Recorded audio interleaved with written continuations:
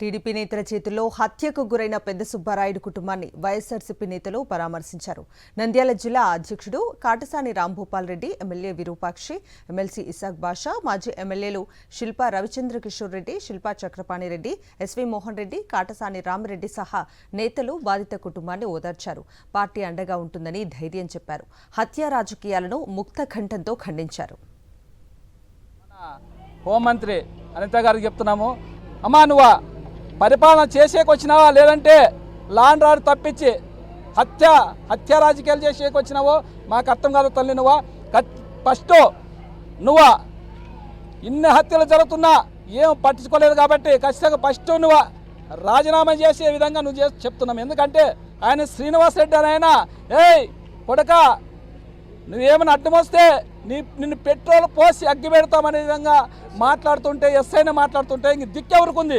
ప్రజలకు పరిపాలన ఏమి చేస్తున్నారు, ఎక్కడ చేస్తున్నారు, ఎక్కడ పోతుంది మన రాష్ట్రం, ఎక్కడ దిగజారిపోతుంది మన రాష్ట్రాన్ని, ఎక్కడ పంపిస్తున్నారు అనుకున్నారు మీరు? ఎప్పుడు 1400 ఓట్లు వచ్చే ఈ గ్రామంలో 141 ఓట్లు మాత్రమే తెలుగుదేశం పార్టీకి మెజార్టీ వచ్చింది. ఆ అక్కసతో ఈ గ్రామంలో ఇంకా బెదిరింపులు చేసుకోకపోతే రాబోయే రోజుల్లో పట్టు తప్పుతుంది, నా యొక్క పెత్తనం లేకుండా పోతుంది అనే దురుద్దేశంతో ఈ గ్రామంలో ఎస్ఐ ఉండగానే ఎస్ఐ ముందనే రాత్రి 11-12 గంటలకు వచ్చి హింసాకాండ మొదలుపెట్టి ఇళ్ళు తిరిగి భయభ్రాంతులను గురి చేసి పరిగెత్తే విధంగా ఇళ్ల వద్దకు వెళ్ళి పెద్దిరెడ్డి అయిన వాళ్ళ తల్లిని వాళ్ళ చెల్లెళ్ళు కొట్టి దారుణంగా కర్రలతో రాడ్లతో కొట్టి హింసించి తర్వాత సుబ్బరాయుడి ఇంటికి వచ్చి సుబ్బరాయుడి ఇంటి వద్ద కూడా దారుణంగా బయటికి ఈడ్చుకొచ్చి రాడ్లతో కత్తులతో అదేవిధంగా రాళ్లతో దాడి చేసి దారుణంగా చంపిన సంఘటన నేను చూసాం. బుడ్డా రాజశేఖర రెడ్డి గారే ఏమైనా ప్రోత్సహిస్తున్నారా, లేకపోతే లోకేష్ గారు ప్రోత్సహిస్తూ ఉన్నారా, లేకపోతే చంద్రబాబు నాయుడు గారు ప్రోత్సహిస్తూ ఉన్నారా అనేది మాకు అనుమానం కలుగుతూ ఉంది.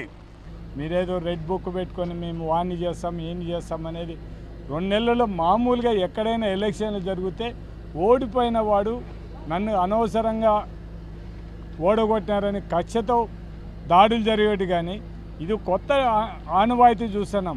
గెలిచిన వాళ్ళు ఓడిపోయిన వాళ్ళ మీదకి అంటే ఇది మాత్రం ఈ పద్ధతి మంచిది కానే కాదు. ఈరోజు ఇప్పటికి ఎన్ని హత్యలు జరిగినది ఒకసారి చంద్రబాబు నాయుడు కూడా చూడాల్సిన అవసరం ఉంది. మీరేమో అసెంబ్లీలో మంచి నీతి మాటలు చెప్తున్నారు, బయట మాత్రం మీ నాయకులు ఇవన్నీ చేస్తున్నారు. అంటే మీ నాయకులు మీరే ప్రోత్సహిస్తున్నారా? ఇట్లా చేయండి, మేము మాట్లాడేది మేమంతా శ్రీరంగ నీతులు చెప్తాం, మీరు చేయాల్సిన పని మీరు చేయండి అని ఏమన్నా మీరే చెప్తున్నారా?